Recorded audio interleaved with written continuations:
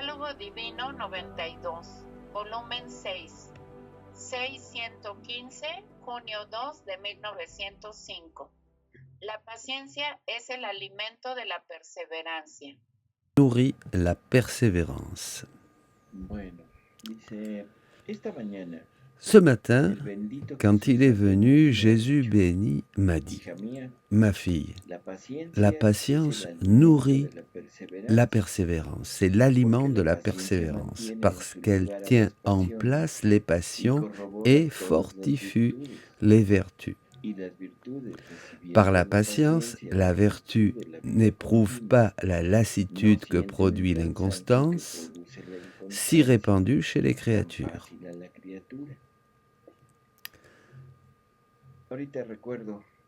Je me souviens un livre de Conchita Cabrera où Jésus lui parle des vices et des vertus. C'est ainsi que s'appelle le livre, l'ouvrage. Et il met ensemble les vertus et les vices par famille. C'est un petit peu ce que fait ici Louisa, Jésus. C'est-à-dire, à partir d'une vertu, naissent les autres. Voyez, c'est comme s'il y avait une vertu mère un petit peu, et que les autres vertus se multiplient comme des petits à partir de cette vertu mère. Et c'est très important que sur le terrain des vertus que l'on veut pratiquer, parce que souvent on veut pratiquer des vertus, et c'est une erreur de vouloir pratiquer des vertus qui n'ont pas leur source dans cette vertu mère. Vous voyez, c'est même impossible. C'est impossible à pratiquer. Et ici, l'exemple est très clair. La patience, c'est l'aliment de la persévérance. C'est-à-dire que s'il n'y a pas la patience, très difficile de trouver le moyen de persévérer. Sans la patience, il n'y a pas de persévérance. La patience maintient à sa place les vertus, vous voyez. Et ça, c'est clair. Ma patience. C'est ma patience qui peut freiner tout cet ensemble que j'ai en moi de passion. Alors la patience, mais dans quel sens? La patience dans le sens de supporter la douleur, les contradictions et tout ce qui peut me submerger. Et si cela existe, ça va donner de l'authenticité et de la force aux autres vertus. Elle fortifie les vertus, la patience. Alors, ces vertus, recevant de la patience cette attitude continuelle, continue, que nous donne la patience et qui nous permet de persévérer dans cette attitude vertueuse, à ce moment-là, il n'y a pas de fatigue. Vous voyez ? La fatigue, c'est ce qui nous conduit souvent à dire « Bon, ben allez, ça suffit, j'en ai marre. » Vous voyez ? Ouais, c'est tellement facile, comme dit ici le texte, à la créature de se décourager. Alors, ça semble difficile, mais en fait, on comprend comment il y a une génération. Et c'est pour ça, l'âme patiente ne perd pas courage si elle est mortifiée ou humiliée, parce que la patience alimente sa persévérance. La patience alimente sa persévérance. Ça, on l'a déjà expérimenté plusieurs fois et on le sait. Quand nous sommes sur ce chemin de suivre le Seigneur, même le chemin des vertus, donc, quand il y a une difficulté, n'importe quelle difficulté, si on a la patience, eh bien, tout se calme et tout est plus facile, vous voyez. Par contre, si on n'a pas cette patience, alors là, rapidement, la vertu ne peut pas se développer et on va réagir en disant mais non, ça juste là, pas plus, ça suffit maintenant, hein, et on va pas supporter l'époux, l'épouse, le fils, la fille, l'ami, etc. Et c'est ça qui nous fait exploser, hein. La patience est vraiment une vertu qui donne du fruit à beaucoup d'autres vertus, hein, et qui ouvre à beaucoup de possibilités pour que grandisse la sainteté dans la créature. C'est pour cela que l'âme ne se décourage pas si elle est mortifiée ou humiliée, parce que rapidement, la patience lui donne l'aliment nécessaire et crée ainsi un lien fort et stable de persévérance. Ni si l'âme est consolée ou favorisée, elle ne s'emballe pas trop non plus. Ça, c'est un effet aussi, parce qu'on voit toujours les effets négatifs, hein. Mais quelquefois, le positif peut être aussi nocif que le négatif. Vous voyez? J'ai pas d'ennemis, tout le monde me loue, tout le monde me bénit, j'ai tout le monde de mon côté. Oh là là, c'est dangereux, il vaut mieux avoir des ennemis, hein. Mon âme est en paix, comme disait David, quand je suis entouré d'ennemis. Bon, voilà, et tout ça, être trop loué par tout le monde, idolâtré, on peut tomber rapidement dans l'orgueil, hein. Elle ne s'emballe pas trop non plus, donc dans ce cas, parce que sa persévérance, la maintient dans la modération. Voyez? Alors, on va rajouter ce texte qui est dans l'original. De même que la patience est un aliment, et tant qu'une personne se nourrit, on peut dire qu'elle a la vie, qu'elle est vivante, qu'elle n'est pas morte. Ainsi, l'âme, tant qu'elle possède la patience, jouira de la vie, de la persévérance. Voyez? Eh bien, on va s'exercer à la patience, donc. C'est très très bien qu'on s'efforce de vivre dans la divine volonté. C'est vraiment merveilleux de s'efforcer de vivre dans la divine volonté. Maintenant, il n'y a plus d'histoire. Qu'est-ce que je dois faire? Oh, je vais pratiquer cette vertu ou celle-là, cette famille de vertus. Non, non, non, non, non. Je veux vivre dans la divine volonté. Et que la divine volonté mette à sa place toutes les choses de ma vie, hein. C'est ça.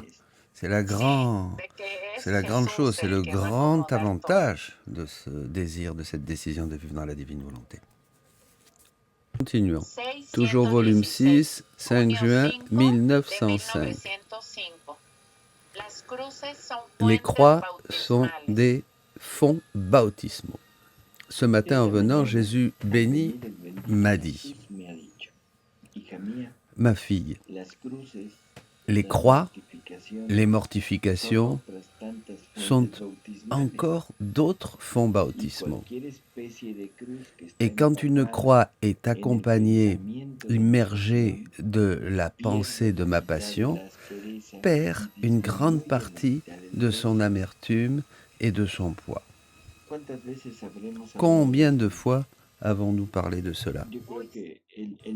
Je ne sais pas combien de lectures nous avons repassé et médité sur ce thème. La croix. La croix, soufferte avec Jésus, hein, c'est ce qui nous est dit ici, bien sûr. Hein. Si ma croix à moi est immergée, hein, comme baignée, hein, dans la pensée de ma passion, elle perd la moitié de son amertume, voyez, et de son poids. Hein, et hop, Jésus disparut. Et donc, je restais à faire certaines adorations et réparations dans mon intérieur, et de nouveau, Jésus revint, et il dit, « Quelle n'est pas ma consolation de retrouver en toi ce que fit mon humanité il y a tant de siècles. » En fait, les choses que j'ai prévues pour être réalisées par les âmes ont d'abord été réalisées par moi dans mon humanité. Et si l'âme correspond, elle refait en elle ce que j'ai fait. Ce que j'ai fait en moi, elle le refait en elle. Mais si elle ne correspond pas, ça reste seulement fait en moi. Et je sens pour elle une grande amertume. Ici, nous commençons à entrer dans ces vérités un petit peu difficiles de la divine volonté, où on va comme dépasser, traverser la barrière du temps pour entrer dans l'éternité. Je ne sais pas si tu vois bien. Quelle n'est pas ma consolation de retrouver en toi ce que fit mon humanité il y a tant de siècles. Voyez, quand j'ai une souffrance et que je la mets et que je l'unis à la passion de Jésus, je prends sa place, je suis avec lui, voyez, et j'essaye de faire ce que lui, il faisait, voyez, lui avec ses souffrances de l'époque et moi maintenant avec la mienne.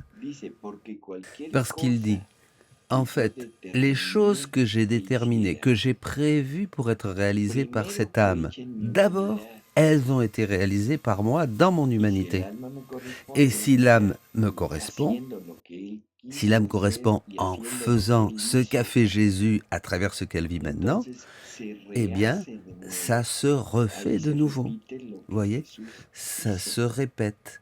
Ce que Jésus a fait se répète. Vous êtes d'accord? Sinon, eh ben, ça reste seulement fait en lui. Là, il ne le dit pas, mais je crois que c'est très, très clair. Nous pouvons compléter un petit peu ça. Il faut bien comprendre, c'est pas refait une fois de plus en moi, mais en plus, tout ce qui a été conséquent, les conséquences de ce que Jésus a vécu et a fait, le fait que je le répète moi, ça se trouve aussi donc répété. Tous les fruits de ce que Jésus a fait se trouvent encore répétés. Vous comprenez? Il faut le dire, c'est important. C'est pas, on va pas seulement partager avec Jésus ce qu'il a souffert, mais on va obtenir la même chose que ce qu'il a obtenu lui, pour le bien de tous.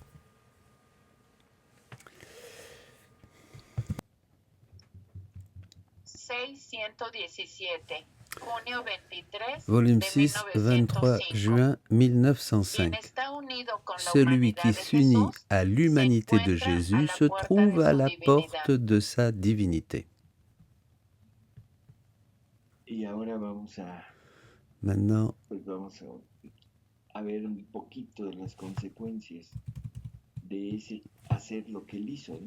on va voir un petit peu les conséquences de faire ce que lui fait, parce que si je fais ce qu'il fait, c'est que je suis uni à lui. Donc on va voir les conséquences. Poursuivant dans mon état habituel, je pensais à la façon dont Jésus-Christ est mort et je me disais qu'il ne pouvait craindre la mort parce que son humanité, étant unie à sa divinité et transformée en elle, était en parfaite sécurité comme une personne dans son propre palais. Et je me disais, comme c'est différent pour l'âme. Pendant que j'avais cette sotte pensée, ainsi que d'autres du même genre, Jésus béni vint et me dit, « Ma fille, celui qui s'unit à mon humanité se trouve à la porte de ma divinité. Car mon humanité est le miroir à travers lequel l'âme voit ma divinité. Si quelqu'un se tient dans les reflets de ce miroir, il est naturel que tout son être soit transformé en amour. Ma fille, tout ce qui provient de la créature, qui sort de la créature, même le clignotement des yeux, le mouvement de ses lèvres, ses pensées et tout le reste, devrait être amour. Fait par amour. C'est manquant dans le texte français, parce que mon être étant totalement amour, là où je trouve de l'amour, j'absorbe tout en moi. et l'âme habite en moi en toute sécurité comme dans son propre palais. Par conséquent, quelle crainte pourrait avoir une âme de venir à moi à travers sa mort, si déjà elle se trouve en moi?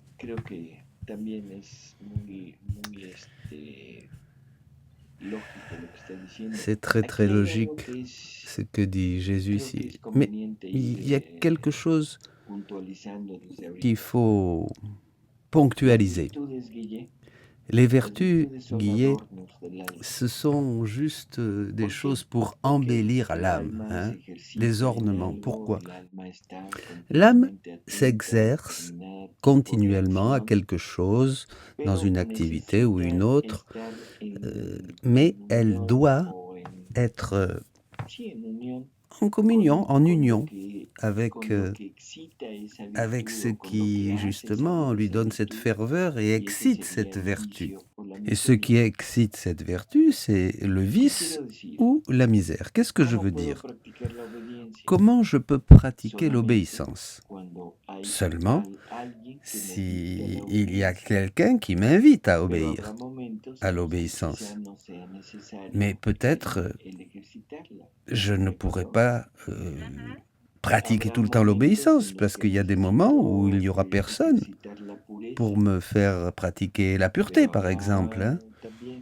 Mais il y aura des situations où il n'y a pas besoin de pratiquer cette vertu ou celle-là, de la pureté, etc.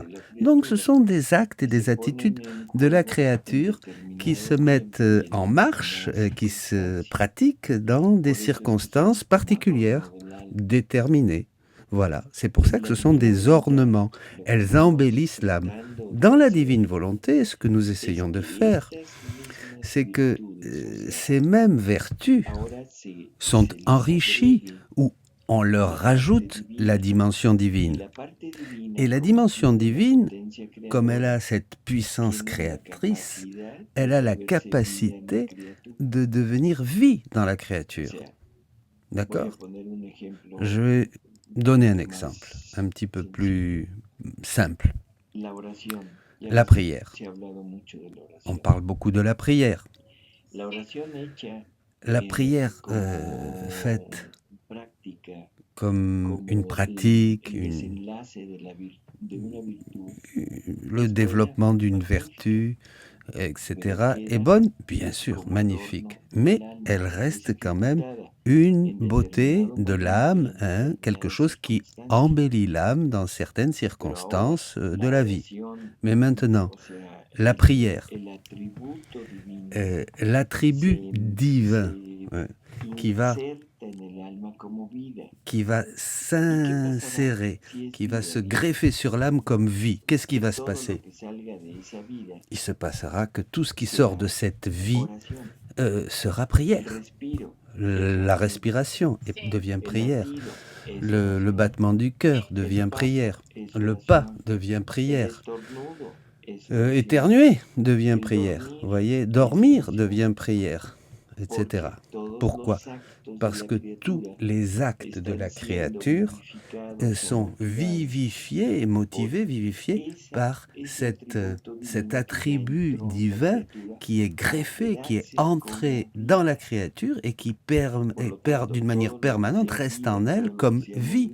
Et ça donne vie à tout ce qui est, tout ce que fait l'âme. Tout ce que fera l'âme aura justement les caractéristiques de cette vie qui est en elle. Tout jaillira de cette vie. Imagine mettre comme vie la pureté de Dieu en nous, comme vie. Tout sera pur. Le regard sera pur. Le battement sera pur, le battement de cœur. La parole sera, etc., etc. Et tout le reste. Et il n'y aura pas besoin d'attendre une situation ou une autre pour pratiquer la pureté. D'accord? Et maintenant, si on accumule en nous plusieurs attributs, pas accumulant. Si Dieu nous donne, il nous donne tout. Mais rendons-nous compte et essayons de comprendre ce qui se passe. Nous allons réaliser que tout ce que Dieu contient Sí, se met en mouvement en moi à travers chaque acte que je fais. Et c'est ce que Jésus, dans quelques volumes plus loin, dira que ça, c'est sa vie divine, c'est-à-dire tous ces attributs ensemble qui sont mis en acte, en mouvement par sa volonté. Ça, c'est sa vie divine. Donc, on comprend par conséquence qu'est-ce qui va se passer quand il va m'offrir sa vie. Ce sont tous ces attributs que je vais mettre en mouvement, hein, mais pas avec ma volonté, avec sa volonté. Et tous ces attributs vont développer en moi la vie divine. À travers mes actes, je vais développer, déployer la vie divine. L'amour. L'amour pas comme une activité, par exemple, spécifique, mais comme vie. Et donc, tout ce que fera la créature sera un amour envers Dieu, sera un amour pour Dieu. Voyez ? Donc, à ce moment-là, évidemment, en conclusion, quelle peur avoir de la mort.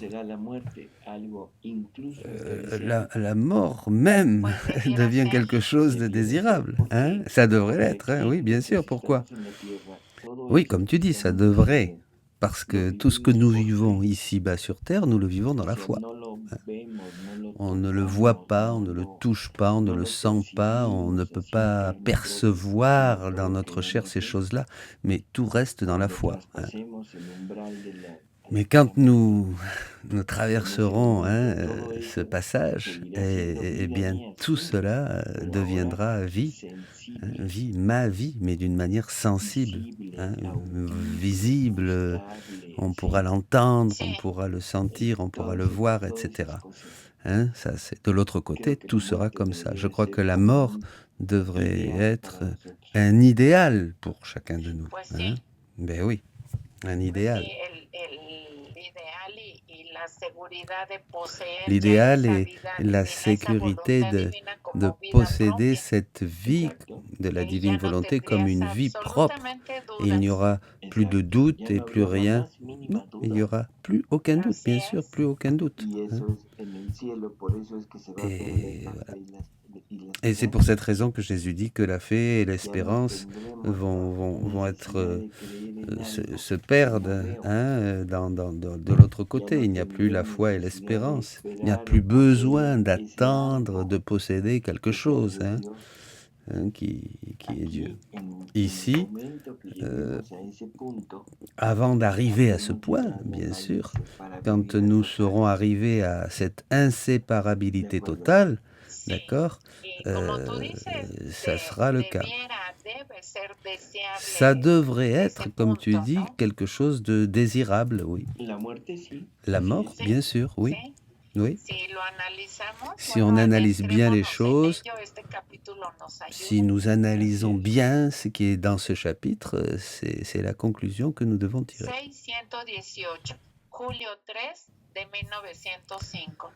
3 juillet 1905.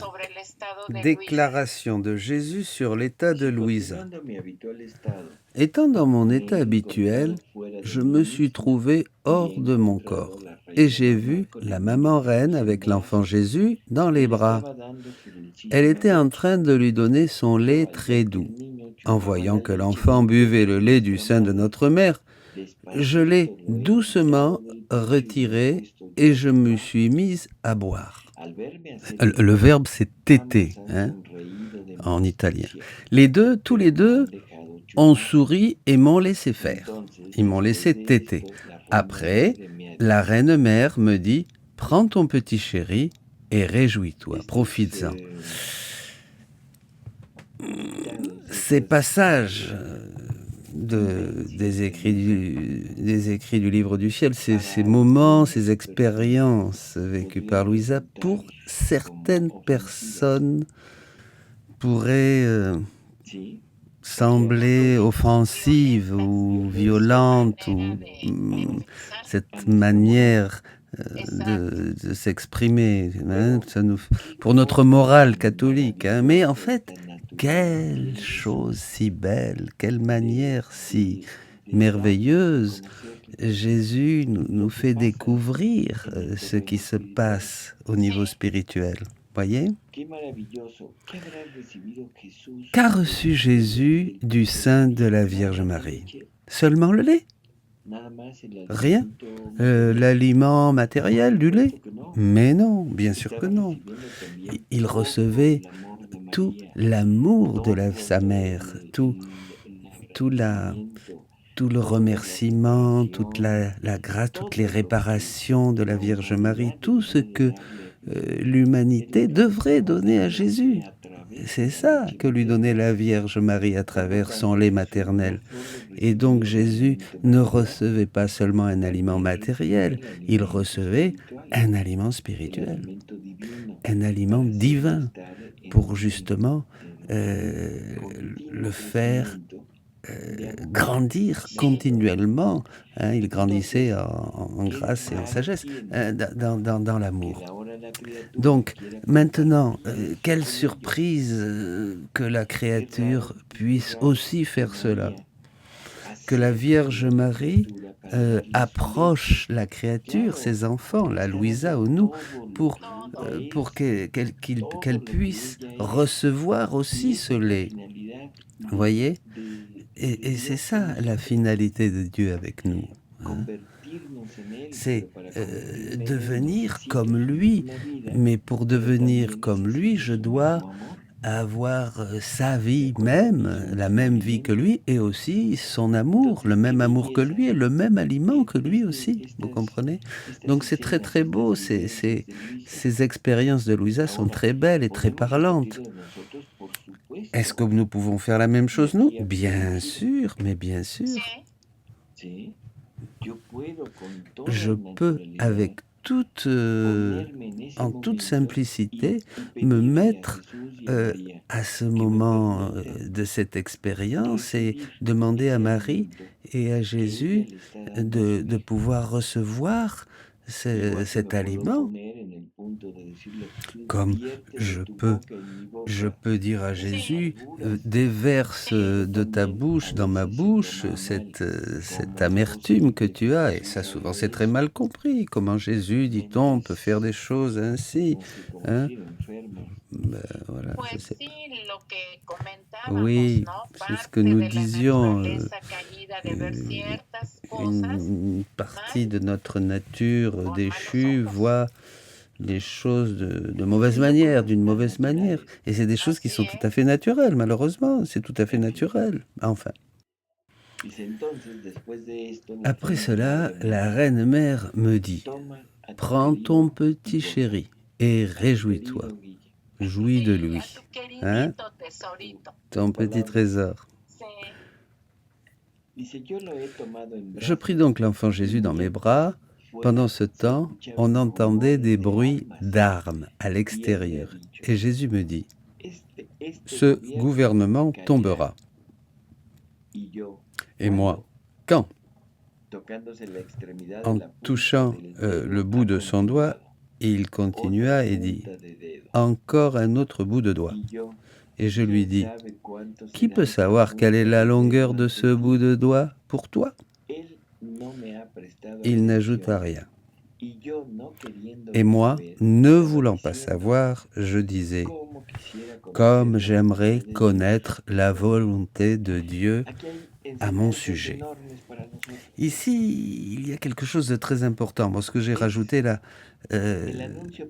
c'est l'annonce prophétique. Oui.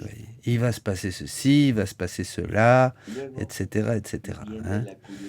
Ensuite, il y a cette curiosité humaine aussi. Hein? Quand ça va se passer? Et c'est un peu ça qui nous intéresse, le quand. Je me fais comprendre?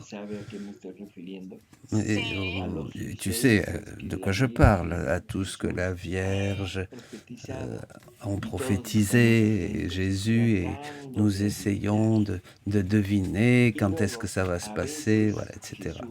Et quelquefois, Jésus et Marie nous disent, on est à la porte, ça y est, ça vient. Je suis là, c'est le moment. Et c'est ça, ce fait de dire que je suis à la porte, qui veut dire que oui. Oui, mais c'est ça aussi qui nous amène et nous conduit à beaucoup d'erreurs. Ça y est, c'est le moment. Vient le châtiment. C'est imminent, le châtiment est là. Et il se passe des années, des années, des années, des années. Et non, c'est pas vrai. Rien ne s'est passé. Vous voyez? Et en fait, on se laisse distraire avec ces choses-là et on s'éloigne même de Dieu. Hein? Vous voyez, quand Jésus là touche son doigt et dit « il manque encore un petit bout de doigt hein? », qu'est-ce que c'est? Qu'est-ce que c'est un bout de doigt? Un tout petit peu, c'est pas grand-chose. Et ce peu pour moi, ça paraît quelques secondes, hein? Mais dans l'éternité, ça peut être des siècles. Vous comprenez? Ce qui pour Dieu est un jour, pour nous, ça peut être 1000 ans. Et ensuite vient cette chose qui nous correspond à nous et que nous devrions faire, hein, parce que c'est comme ça que nous devrions agir. Parce que, justement, Louise a dit, moi, ne voulant pas savoir, hein, et elle change un petit peu le thème et elle dit « Je voudrais savoir quelle va être la volonté de Dieu pour moi. » Et c'est ça notre réponse à tout cela. Nous ne comprenons pas. Nous ne comprenons pas les décrets de Dieu, nous ne comprenons pas les temps de Dieu, etc.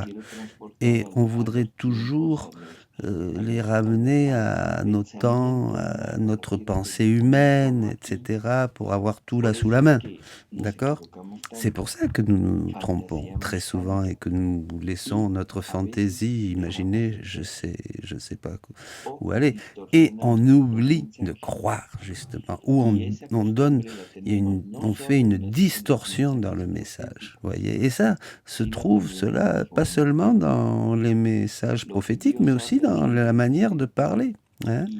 Quand on parle de choses spirituelles, voyez, on est tout de suite tenté de les mettre de manière matérielle ou de passer à les interpréter de manière physique. Bon, je pense par exemple aux 3 jours d'obscurité, aux fameux 3 jours d'obscurité. On attend quoi? Que le soleil disparaisse, qu'il s'éteigne.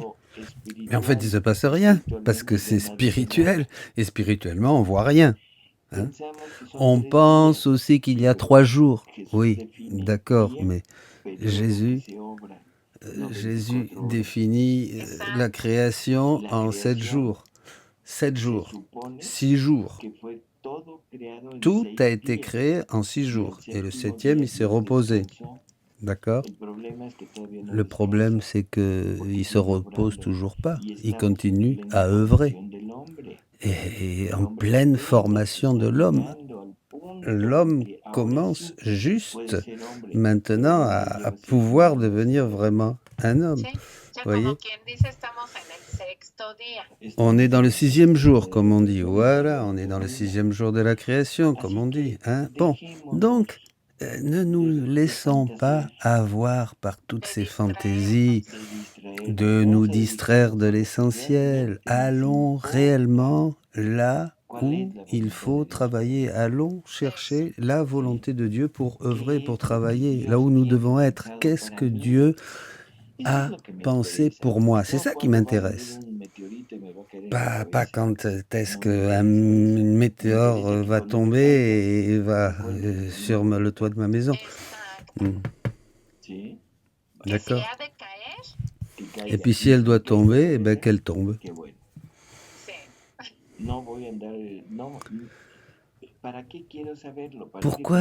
Pourquoi savoir ces choses-là? Pour acheter un casque au cas où une météorite va tomber? Ou peut-être un parapluie résistant pour voir si... D'accord? Bon. Comme je voudrais connaître la volonté de Dieu sur moi. Et Jésus me dit, as-tu un bout de papier? Prends un bout de papier. Je vais y écrire quelle est ma volonté en ce qui te concerne. N'ayant pas de bout de papier, je suis allé en chercher un et Jésus y écrivit. Je déclare devant le ciel et la terre que c'est ma volonté qu'elle soit victime.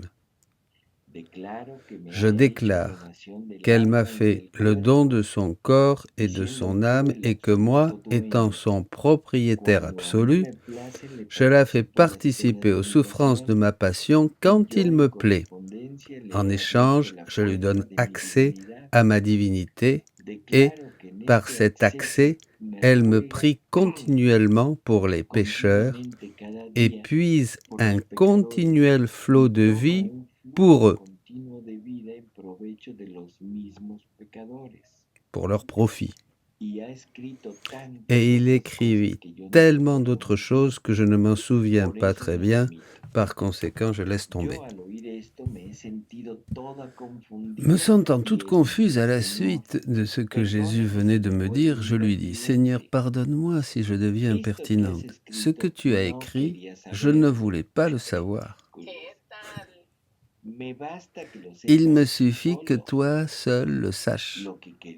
Quant à moi, je voudrais savoir si c'est ta volonté que je reste dans cet état. »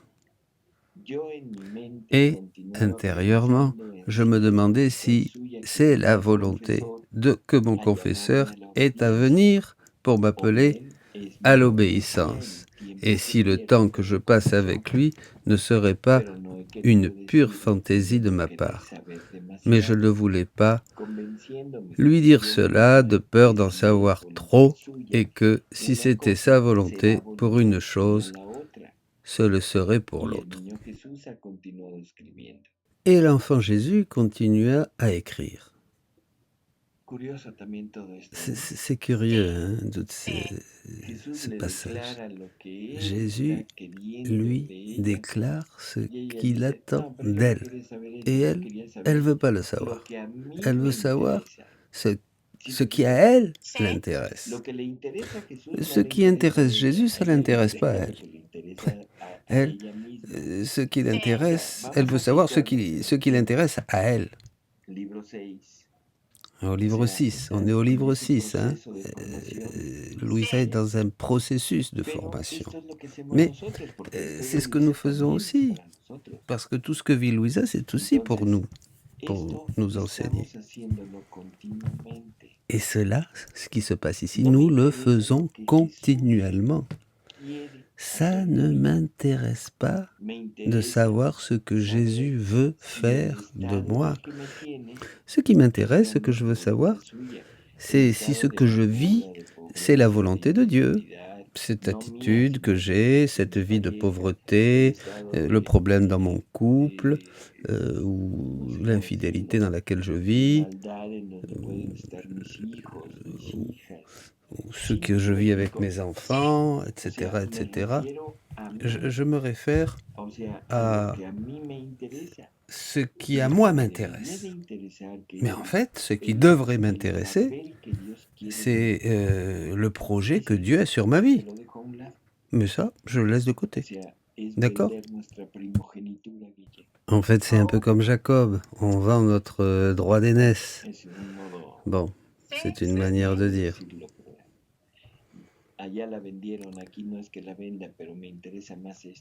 Peut-être que je ne la vends pas, mais je suis plus intéressé par cela.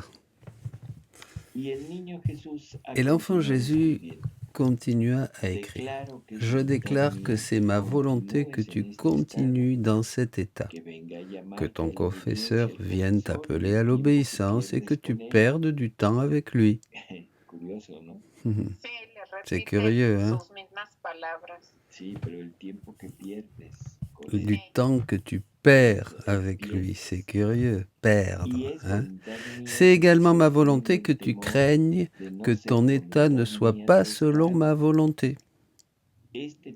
Cette crainte et ces doutes te purifient des moindres défauts.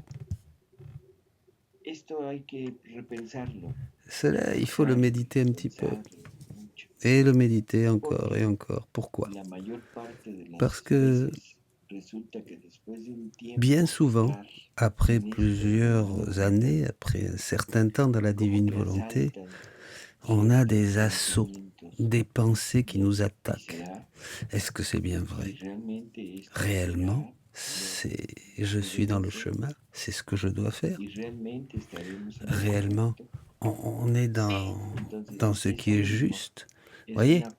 Eh bien, cela nous purifie. C'est une manière que Dieu utilise pour nous purifier.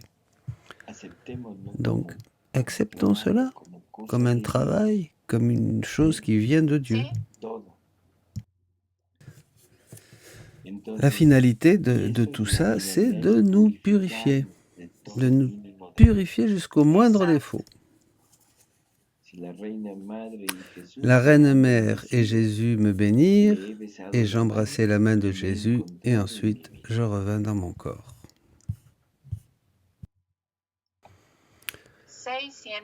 5 juillet 1905.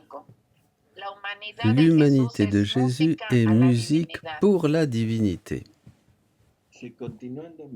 J'étais dans mon état habituel et je vaquais à mes actes intérieurs coutumiers quand Jésus béni vint et me dit: Ma fille, mon humanité est musique pour la divinité, parce que toutes mes œuvres étaient des notes formant la musique la plus parfaite et la plus harmonieuse pour l'oreille divine. Et l'âme qui se conforme à mes actes intérieurs et extérieurs continue de produire cette musique de mon humanité pour ma divinité. À la divinité, le texte. Voilà. Ce qui est intéressant et qu'il faut noter, c'est que nous pouvons nous unir, nous conformer aux actions de Jésus et produire la même chose que ce que Jésus produisait pour la divinité. Si est une musique, une joie, quoi que ce soit, c'est quelque chose de positif. Donc, on va faire attention à nous unir à Jésus et à nous conformer aux actes de Jésus, aux actions de Jésus. Allons, 18 juillet 1905, l'âme ne doit pas ouvrir son intérieur aux autres, seulement à son confesseur. C'est un grand sujet, là.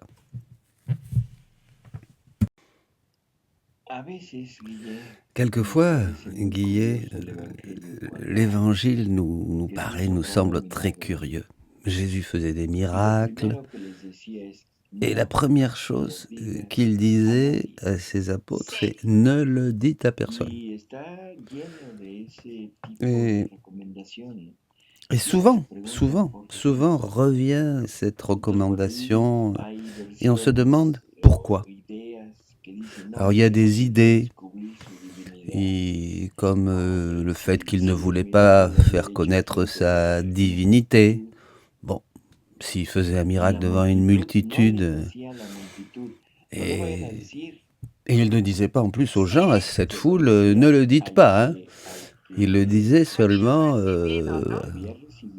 à celui qui avait reçu le miracle, et aussi à ses disciples.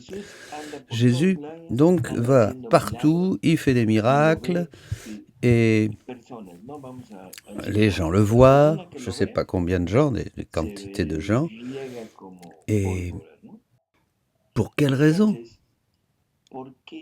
Pourquoi Jésus disait-il cela? Pour quelle raison? Eh bien, voilà la réponse ici, dans ce passage. Je me trouvais dans mon état habituel quand Jésus béni vint et me dit: Ma fille, quand un confesseur manifeste à l'âme sa façon d'opérer en elle, il perd son goût de poursuivre.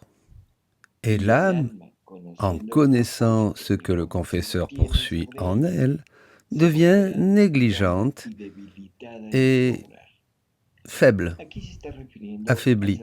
Ici, il parle du prêtre. Jésus parle du prêtre. Le prêtre, ici, est le guide de l'âme. Il s'agit d'un prêtre qui guide une âme, bien sûr, parce que uniquement le guide d'une âme a une finalité sur cette âme, un propos, d'accord?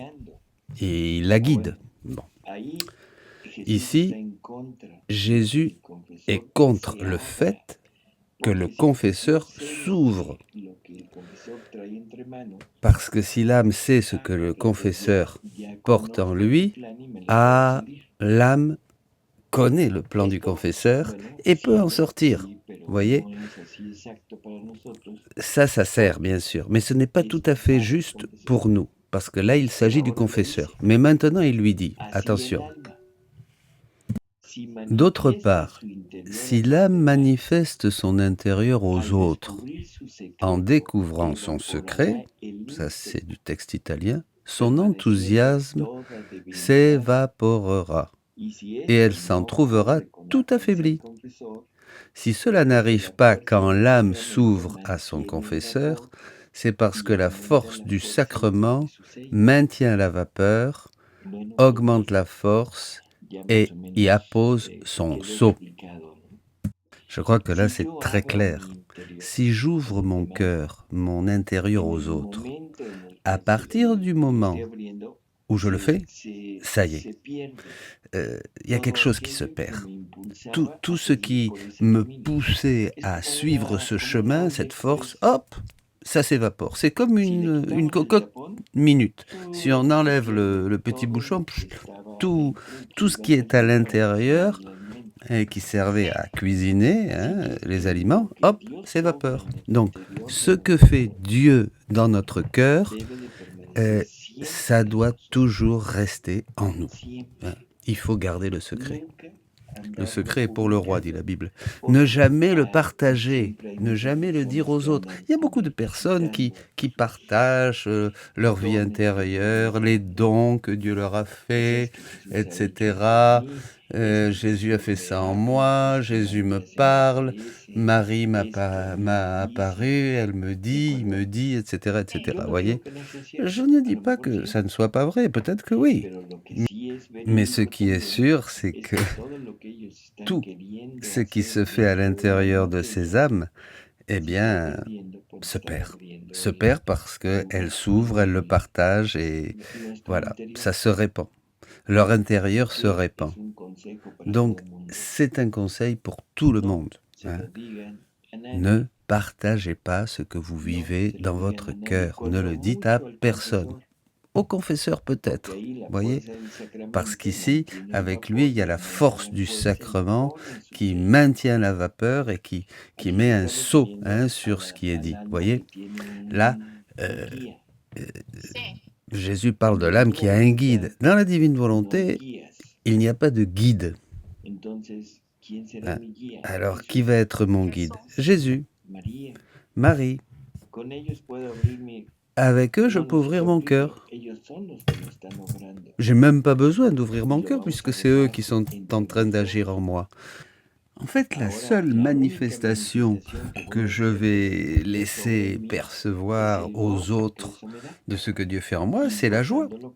La joie que je vis avec Dieu et que je partage à mes frères et sœurs. Continuons. 20 juillet 1905. Voilà.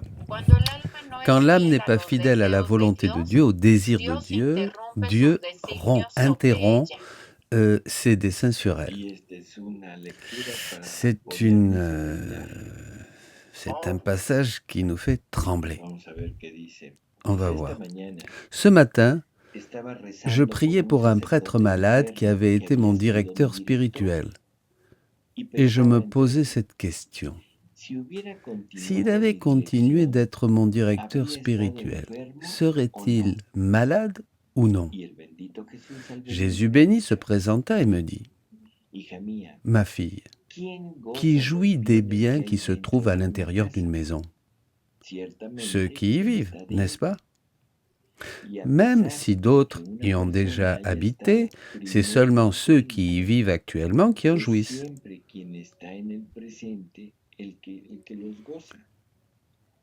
Par exemple, aussi longtemps qu'un serviteur demeure avec son maître, celui-ci le paie et lui permet de jouir des biens qui sont dans la maison. Mais si ce serviteur s'en va, le propriétaire en appelle un autre, le paie et le laisse jouir de ses biens. C'est ainsi que je fais. Si une chose est voulue par moi, mais est mise de côté par une personne, je la transmets à une autre en lui donnant tout ce qui était destiné à la première. Ainsi, s'il avait continué ta direction dans ton état de victime, il aurait joui des biens rattachés à ton état de victime. Et uni à celui qui te guide actuellement, il ne serait pas malade. Par conséquent, il n'aurait pas été malade. Voilà, répétition. Si ton guide actuel, malgré sa santé, n'obtient pas tout ce qu'il veut, c'est qu'il ne fait pas pleinement ce que je veux. Et, bien qu'il jouisse de certains biens, il est privé de certains de mes charismes. Il ne les mérite pas. Il ne mérite pas ces charismes. Tu vois pourquoi il faut trembler en lisant ça? Oh là là, et de quelle manière? Eh oui. Tout le bien qui est dans une mission que Dieu nous a donnée, qui nous préserve, nous protège, nous maintient dans l'action, dans ce que nous sommes en train de faire pour Dieu. Mais si on le laisse, il n'y a pas une raison, il n'y a aucune raison que Dieu continue à me protéger parce que je ne fais plus ce qu'il voulait, ce qu'il m'a chargé de faire. Je dois donc, comment dire, on doit être très attentif, je dois être très attentif parce que si je laisse la volonté de Dieu, tout ce que je peux avoir reçu, je peux le perdre. Et souvent, les desseins de Dieu sur nous peuvent être annulés. C'est pas que Dieu les a annulés, c'est parce que moi, je les ai rejetés. Et donc, je reviens au naturel. Terrible. Moi, ça me fait trembler. Mais oui, bien sûr. Et cela nous rappelle d'un enseignement que nous avons eu déjà, qu'un autre peut prendre notre place, comme ici Jésus le dit, oui, bien sûr. Et ça fait peur, ça nous fait trembler. Si Dieu a voulu quelque chose pour toi et que tu ne le fais pas, ben, c'est un autre qui viendra. Et il le dit aussi dans d'autres passages, tu te rappelles l'agriculteur céleste, hein, qu'il est, lui, l'agriculteur céleste, et qu'il protège, il garde pour que l'âme puisse donner du fruit. Mais si l'âme ne veut pas, à ce moment-là, il doit arrêter de travailler. Et quelle certitude a l'âme que si elle change d'avis et de nouveau elle veut reprendre son travail, l'agriculteur soit toujours là, en train de l'attendre. Peut-être qu'il s'est fatigué et qu'il a été dans un autre jardin. Ouh là là, oui. Ça fait peur, comme tu dis. Oui. Moi, personnellement, ça me donne la chair de poule. Dieu sait comment nous avons agi, avec le désir de faire sa volonté, mais combien de fois nous sommes sortis de sa volonté, combien de fois nous avons omis de faire sa volonté, combien de fois nous avons perdu une guerre, une bataille que Dieu voulait pour nous, en nous donnant la victoire, hein, voilà. Si, c'est un enseignement très fort. Il vaut mieux être fidèle, bien sûr. Et la fin maintenant. Si ton guide actuel, malgré sa santé, n'obtient pas tout ce qu'il veut, c'est qu'il ne fait pas pleinement ce que je veux. C'est-à-dire, même quand on fait donc la volonté de Dieu, si on ne la fait pas vraiment pleinement, totalement, et il y aura des charismes, il y aura des dons que nous ne mériterons pas. D'accord? Ici, n'oubliez pas qu'on parle de vertu. Hein? On est encore dans une pratique des vertus, mais on peut le transposer dans la divine volonté. Si je conduis pas parfaitement ce que je dois faire avec ma volonté, et que c'est à cause de ma volonté propre, pas pour ignorance, hein, pas à cause de mon ignorance, mais par la décision propre de ma volonté, eh bien, il y aura des choses que je ne mériterai pas. Dans la sainteté des vertus, il n'y a pas trop de problèmes, parce que ce sont des charismes. Dans la divine volonté, c'est ou c'est pas. Il n'y a pas de, il peut pas nous donner un peu de sa volonté. Ou il nous donne tout ou rien. Ou c'est pas. Et oui, voilà.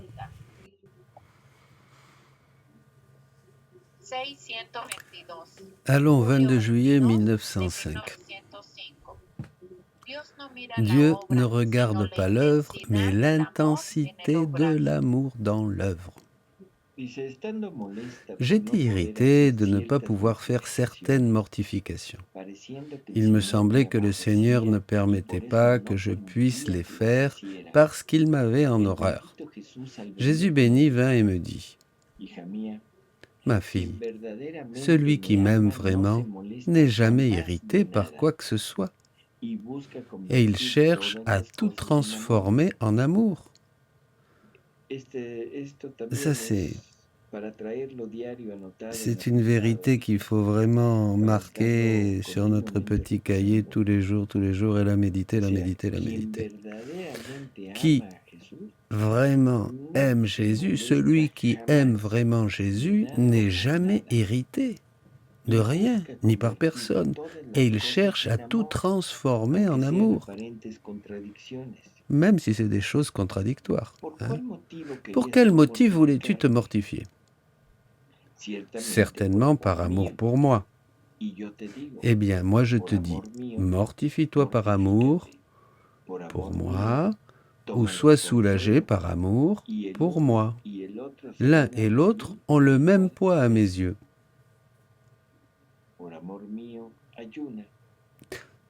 Par amour pour moi, jeûne. Par amour pour moi, ne jeûne pas. D'accord? C'est fabuleux, cette vérité, parce que ça nous enlève une appréhension, un poids. Si j'ai fait ou j'ai pas fait, j'ai accompli, j'ai fait la volonté de Dieu ou je ne l'ai pas fait à travers cette pratique extérieure. Ouais, extérieure. Hein. Par amour pour moi, mortifie-toi. Par amour pour moi, prends du soulagement. L'un et l'autre auront le même poids à mes yeux. La valeur d'une action, la dose d'amour, hein, une action, fût-elle indifférente, augmente, cette valeur augmente selon le degré d'amour qui l'accompagne, car je ne regarde pas l'action, mais l'intensité de l'amour qui l'accompagne. Par conséquent, je ne veux pas d'irritation en toi, mais toujours la paix. Parce que dans le trouble, c'est l'amour-propre qui veut se manifester pour régner, ou c'est l'ennemi qui veut nuire. Bien. Qu'est-ce qu'on peut dire, hein? C'est très très clair, très intéressant et de grande utilité pour notre vie. Et combien de fois n'avons-nous pas répété ça? Peu importe l'œuvre, peu importe ce qu'on fait, tu peux faire toutes les œuvres les plus grandes, des grandes fondations, des grandes œuvres de charité, etc., des associations, tout ce que tu veux, mais à côté de toi, il y a peut-être une personne qui n'a rien fait. Mais elle a trouvé grâce. aux yeux de Dieu. Le pharisien, la pauvre veuve, vous vous rappelez? Y el fariseo y el publicano Et le orando publicain en también. train de prier. Encore celui-là, il est en train de prier. Mais, et celui qui donne des grandes sommes d'argent, et vient la petite veuve, toute pauvre, et elle met quelques petites pièces, 3 petites pièces, et Jésus lui dit, regarde, je vous assure que celle-ci a donné plus que tous les autres, parce qu'elle a donné ce dont elle avait besoin pour vivre, et les autres ont donné de leur superflu.